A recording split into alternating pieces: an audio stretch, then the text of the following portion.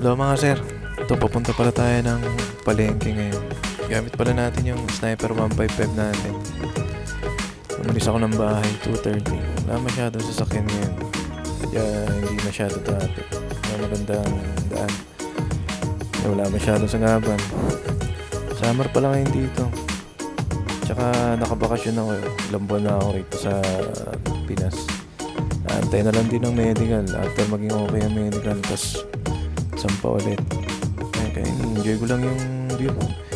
Enjoy ko lang yung sariwang hangin. Chill rides lang. Kasi pagdating sa barko, medyo mahirap na. Baka na naman yan. Na masyadong pahinga. Ito gumawa lang pala ako ng short video natin mga sir. Siguro next day gawa tayo ng medyo mas mahaba. Ingat po pala kayo lagi at ride safe po tayo.